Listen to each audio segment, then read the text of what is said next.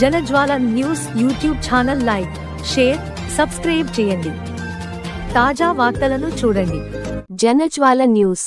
ఘనంగా తెలుగుదేశం ఆవిర్భావ దినోత్సవం 29 శనివారం మార్చి 2025.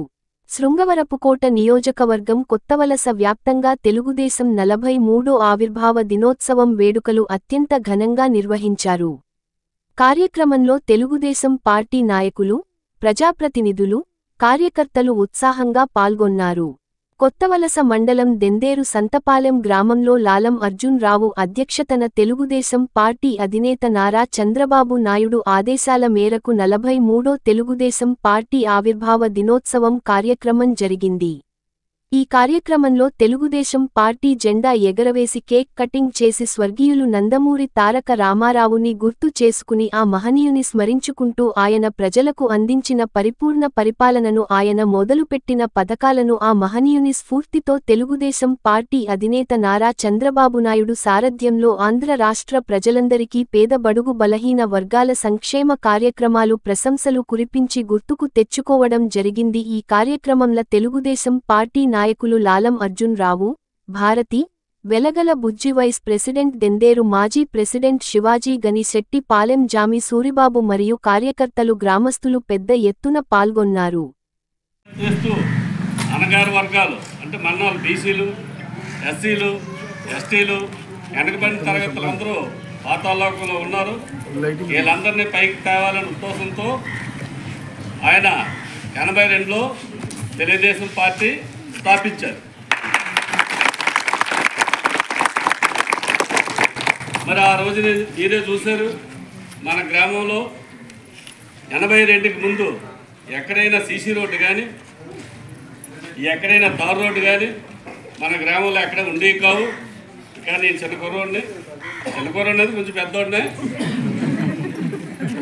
ఎప్పుడు ఎలాగైతే బురద అంటే వెళ్ళి మన అన్ని కమలీలు నుండి ఆ బురదతోనే కమలీల్లోకి వెళ్ళారు.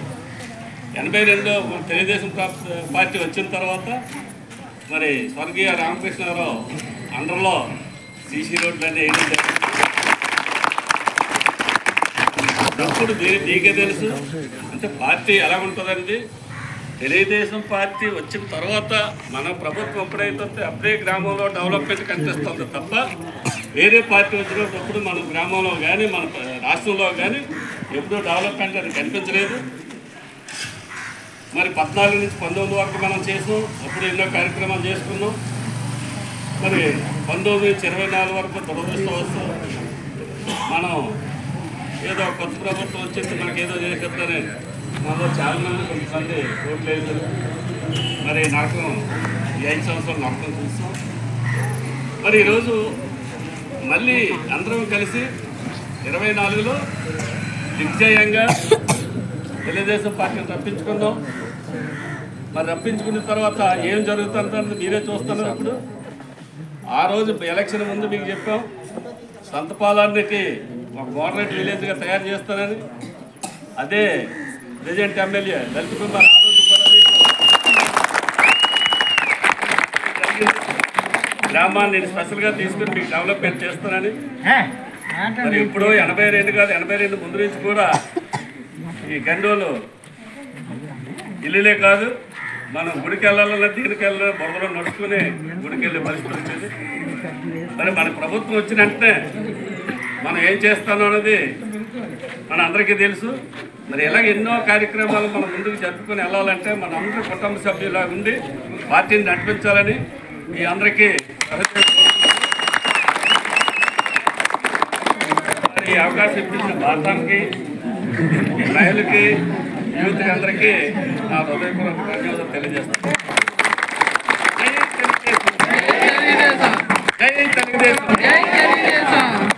తెలుగుదేశం, జై ఎన్టీఆర్, జై ఎన్టీఆర్, జై ఎన్టీఆర్, జై చంద్రబాబు నాయుడు, జై చంద్రబాబు నాయుడు, జై చంద్రబాబు నాయుడు, జై లోకేష్, జై లోకేష్, జై లోకేష్, జై భారతం.